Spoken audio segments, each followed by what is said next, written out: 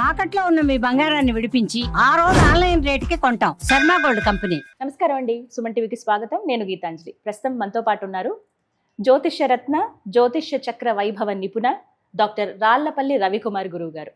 వీరితో మాట్లాడి ఏప్రిల్ మాసంలో ద్వాదశ రాశుల వారి జాతక ఫలితాలు ఏ విధంగా ఉన్నాయి, మెరుగైన ఫలితాల కోసం మనం ఎలాంటి పరిహారాలు చేసుకోవాలో గురుగారి మాటల్లో విని తెలుసుకుందాం. గురుగారు నమస్కారం అండి. నమస్కారం అమ్మా. మొదటి ప్రశ్న, ఎలా ఉన్నారు? చాలా బాగున్నాను. చాలా మీరు ఎలా ఉన్నారు? నేను చాలా బాగున్నాను గురుగారు. మీ ఆశీర్వాదాలు ఎప్పుడు ఎప్పుడు ఉంటాయి. దేవుడి ఆశీర్వాదాలు కూడా మీకు ఖచ్చితంగా చాలా ఉంటాయి. సంతోషం అండి. ఈ పరిచయం ఇప్పటిది కాదు, అవును. వాస్తవానికి 2 ఏళ్ళు అయిపోయింది. కాకపోతే వీడియో త్రీ ఇయర్స్ అయిందండి సుమన్ టీవీలో నేను చెప్పడం స్టార్ట్ చేసి. అవును. సో ఫస్ట్ నా ఇంటర్వ్యూ గీతాంజలి గారితో స్టార్ట్ అయింది. మళ్ళీ ఒక ఏడాది చెప్పాను, తర్వాత మళ్ళీ గ్యాప్ వచ్చింది. మళ్ళీ ఇప్పటి నుంచి మళ్ళీ రాశి ఫలాల నుంచి మిగతా వాటి నుంచి కూడా మళ్ళీ గీతాంజలి గారితో మొదలవుతుంది. ఇక నుంచి ఇది మళ్ళీ ప్రారంభం. అవును. మళ్ళీ ఒక బ్రేక్ ఇచ్చుకొని మళ్ళీ స్టార్ట్ చేసినట్లుగా అనమాట. తప్పకుండా. గురుగారు, ఇక ఏప్రిల్ ప్రతి మాసం ఖచ్చితంగా ఆ కోరిక ఉంటుందండి, తెలుసుకోవాలని జాగ్రత్త పడతారు. అవును. అందులో భాగంగానే ఇలా ఈ రాశి ఫలితాలు చెప్పడం కూడా. అవును. అయితే ముందుగా గ్రహస్థితి ఏ విధంగా ఉంది ఏప్రిల్ 2026? శరదిందు సమాకారే పరబ్రహ్మ స్వరూపిణి వాసరాపీఠ నిలయే సరస్వతి నమస్తుతే. సుమన్ టీవీ ప్రేక్షకులకి నమస్కారం. ముందుగా ద్వాదశ రాశుల్లో ఏప్రిల్ నెలలో నవగ్రహాలు ఎక్కడ ఉన్నాయో తెలుసుకుందాం. ముందుగా సూర్యుడు వచ్చేసి మనకి ఏప్రిల్ 15 టు మే 15 ఫిక్స్డ్ అండి. సూర్యుడు మేషరాశిలో ఉంటాడు, ఉచ్చ స్థానంలో ఉంటాడు. సూర్యుడు అంటే తండ్రి కారకుడు, గవర్నమెంట్ కారకుడు, ఆరోగ్య కారకుడు. అలాగే ఎవరైనా ఉన్నారంటే సూర్యుడు ఏప్రిల్ 15 టు మే 15 ఎవరు పుట్టినా కూడా రవి ఉచ్చలో ఉంటారు కాబట్టి వాళ్ళకి గవర్నమెంట్ జాబ్ రావడం కానీ, అయితే వాళ్ళ నాన్నగారు గవర్నమెంట్ జాబ్లో ఉండడం కానీ, లేదంటే గవర్నమెంట్ నుంచి హెల్ప్ పొందడం కానీ ఇవన్నీ కూడా ఉంటాయి అన్నమాట. సో ఈ నెల ఎవరు పుట్టినా కూడా ఆరోగ్యరీత్యా కూడా చాలా బాగుంటుంది. నెక్స్ట్ వచ్చేసి మనకి కుజుడు వచ్చేసి మనకి మీన రాశిలో ఉంటారు ఈ నెలలు కూడా. రాహు వచ్చేసి మనకి కుంభరాశిలో ఉన్నారు. అలాగే గురువు వచ్చి మనకి మిథున రాశిలో ఉన్నారు. శని వచ్చేసి మనకి మీన రాశిలో ఉన్నారు. బుధుడు మటుకు ఈ నెల అంతా కూడా నీచ స్థానంలో ఉంటాడండి. ఎందుకంటే 10/4/2026 నుంచి బుధుడు నీచ స్థానంలోకి వస్తున్నాడు మీన రాశిలోకి. సో బుధుడు మెయిన్గా వ్యాపార కారకుడు, అలాగే మిత్రులకి కారకుడు, అలాగే క్రియేటివిటీ, ఇంటెలిజెన్స్, లాజిక్ అవన్నిటి కారకుడు, స్పెక్యులేషన్ కారకుడు, ఇవన్నిటికి కారకత్వం అనమాట. సో అతను ఈ నెలలు నీచలో ఉంటాడు కాబట్టి స్పెక్యులేషన్స్ అలాంటివన్నిటి కొంచెం జాగ్రత్తగా ఉండాలి. ఎందుకంటే స్పెక్యులేషన్ జోలికి వెళ్ళినా చాలా ప్రాబ్లం అవుతుంది, ఏ రాశి వాళ్ళైనా సరే.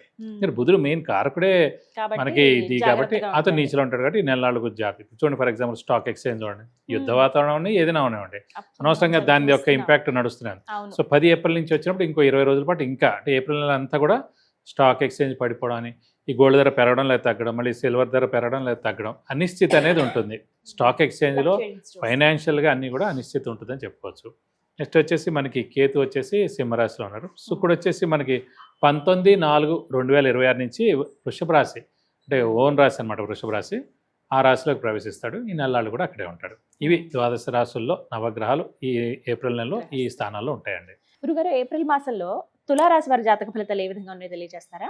తులారాశి అనగానే మనకి చిత్త 3-4 పాదాలు, స్వాతి 1-2-3-4 పాదాలు, విశాఖ 1-2-3 పాదాలు, ఈ నక్షత్రాల సమూహంతో మనకి తులారాశిలో వస్తుంది. మీరు అనుకుండొచ్చు, ఈ సుమన్ టీవీ ప్రేక్షకులు కూడా ఒకసారి చెప్తాం, ఏంటి కొన్ని రాసులు మామూలుగా రాసులు 12 ఉన్నాయి, కొన్ని నక్షత్రాలు ఇలా కట్ అవుతున్నాయి, చిత్త 3-4 పాదాలని, స్వాతి 4 అని, ఇలా ఏం లేదండి. 27 నక్షత్రాలు, 4 పాదాలు, 27 నక్షత్రాలు ఇంటూ 4 పాదాలు 108.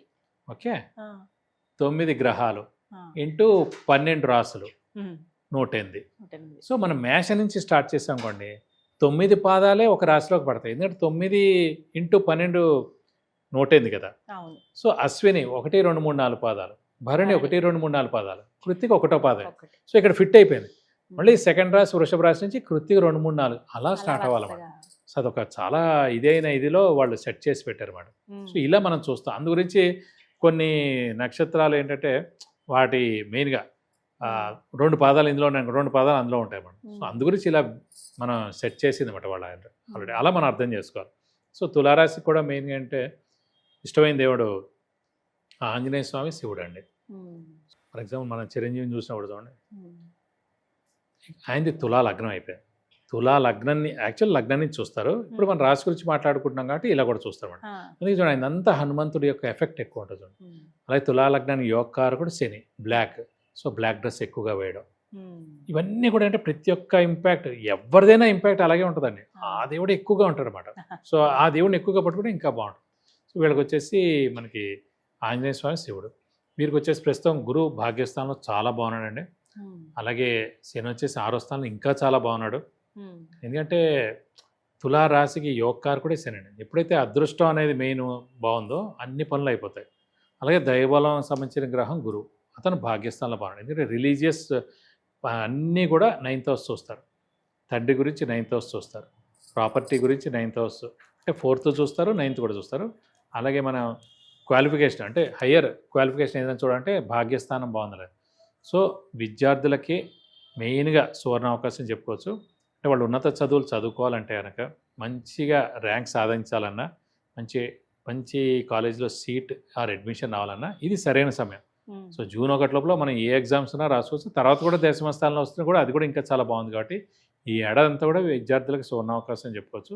పట్టిందల్లా బంగారం. వాళ్ళు మటు కొంచెం హార్డ్ వర్క్ చేయాలి, అది చేస్తే మంచిది. అలాగే తీర్థయాత్రలు చేస్తారు, అలాగే గురువులు దర్శిస్తారు, గురువు యొక్క బ్లెస్సింగ్స్ పొందుతారు, దైవ దర్శనం చేసుకుంటారు, ఇంట్లో శుభకార్యాలు జరుగుతాయి. ఇంట్లో మా మెయిన్గా బంధువులతో మీ ఇల్లు కళకళలాడిపోతుందని చెప్పొచ్చు. సో శ్రమ కాలం ధనం వ్యర్థం కాకుండా ఉంటుంది. అవసరానికి డబ్బులు సమకూడతాయి, రావాల్సిన బాకీలు వసూలు అవుతాయి, షూరిటీస్ పెట్టవచ్చును, స్పెక్యులేషన్స్ కలిసి వస్తాయి, మధ్యవర్తిత్వం వహించవచ్చును. అలాగే అప్పులన్నీ కూడా తీరుతాయి, కొత్త అప్పులు చేయక్కర్లేదు, అప్పుల వాళ్ళ బెడద తప్పుతుంది. అలాగే మెయిన్గా ఈ శని చాలా బాగుండడం చేత వృత్తి ప్రవృత్తి ఎవరున్నా సరే ఉద్యోగస్తులకు కూడా చాలా బాగుంటుంది. Promotions, name and fame, boss నుంచి మనన మంచి శాలరీ హైక్ రావడం, ఇవన్నీ కూడా జరిగేందుకు అవకాశం. ఎనీహో పట్టిందల్లా బంగారం అని చెప్పుకోవచ్చు.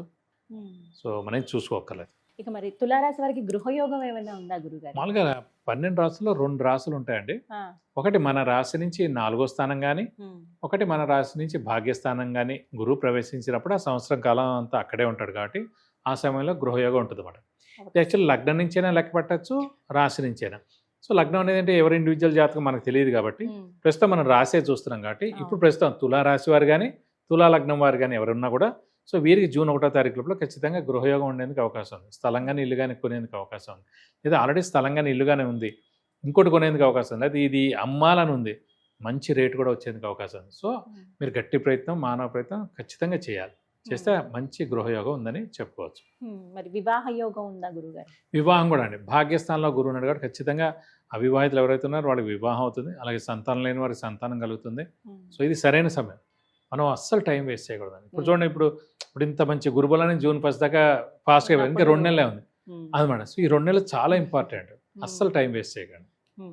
అలాగే మరి పరిహారాలు తెలియచేయండి గురుగారు. పరిహారాలు వచ్చేసి మనకి పంచమ స్థానంలో రాహు ఉన్నాడు కాబట్టి అమ్మవారిని అంటే సుబ్రహ్మణ్య స్వామిని పూజిస్తే మంచిది. ప్రతిరోజు అమ్మవారి అష్టోత్తరం, ఏ అమ్మవారైనా పర్లేదండి, ఎస్పెషల్లీ దుర్గాదేవి అయితే మరీ మంచిది. అమ్మవారి అష్టోత్తరం అలాగే సుబ్రహ్మణ్య స్వామి అష్టోత్తరం చదువుకోవడం, ప్రతి శుక్రవారం అమ్మవారి టెంపుల్కి వెళ్ళి ఏదైనా అమ్మవారి టెంపుల్కి వెళ్ళి 40 ప్రదక్షిణాలు చేయడం, మంగళవారం అంటే సుబ్రహ్మణ్య స్వామి టెంపుల్కి వెళ్ళి 40 ప్రదక్షిణాలు చేస్తే చాలా మంచిది. సో వీరు కూడా వీలవుతే కనుక స్కందగిరి టెంపుల్లో ఒకసారి హోమం మరియు అభిషేకం మంగళవారం రోజున చేస్తే మీకు అన్ని విధాలా మంచి చేకూరుతుంది. చక్కటి పరిహారాలు తెలియజేశారు, ధన్యవాదాలు గురుగారు. నమస్కారం. విన్నారు కదండి ద్వాదశ రాశుల జాతక ఫలితాలు. అలాగే మీరు పర్సనల్గా గురుగారితో మాట్లాడాలన్న అపాయింట్మెంట్ తీసుకోవచ్చండి. అది ఏ రకమైనటువంటి సమస్య అయినా కావచ్చు, విద్య, ఉద్యోగం, వ్యాపారం, సంతానం విషయంలో కొంతమంది వివాహ యోగం ఉందా లేదా అని తెలుసుకోవడానికి కావచ్చు, ఒకవేళ యోగం కలగాలంటే ఏం చేయాలని, విదేశీ యానాల కోసం కొంతమంది ప్రయత్నిస్తూ ఉంటారు, గృహం కోసం చూస్తారు, ఆరోగ్యపరంగా కావచ్చు, వ్యాపార పరంగా కావచ్చు. ఇలా మీకు ఏవైనా సందేహాలు ఉన్నట్లయితే గురుగారిని సంప్రదించవచ్చండి. స్క్రీన్ పైన నెంబర్ స్క్రోల్ అవుతుంది కదా, మీరు వాట్సాప్ కాల్ చేయొచ్చు, అలాగే మెసేజ్ అయినా పెట్టండి ముందుగా. మీరు ఆ తర్వాత అపాయింట్మెంట్ తీసుకుని గురువుగారిని కలవచ్చండి. ఎంతోమందికి జాతకంలో పరిహారాలు తెలియజేసి వారి ఉన్నతికి చాలా ప్రోత్సాహం అందించారు గురువుగారు. మరి మీరు కూడా ఈ విధంగా తెలుసుకోవాలనుకుంటే స్క్రీన్ మీద కనపడుతున్న నెంబర్స్కి కాల్ చేయండి. నమస్కారం.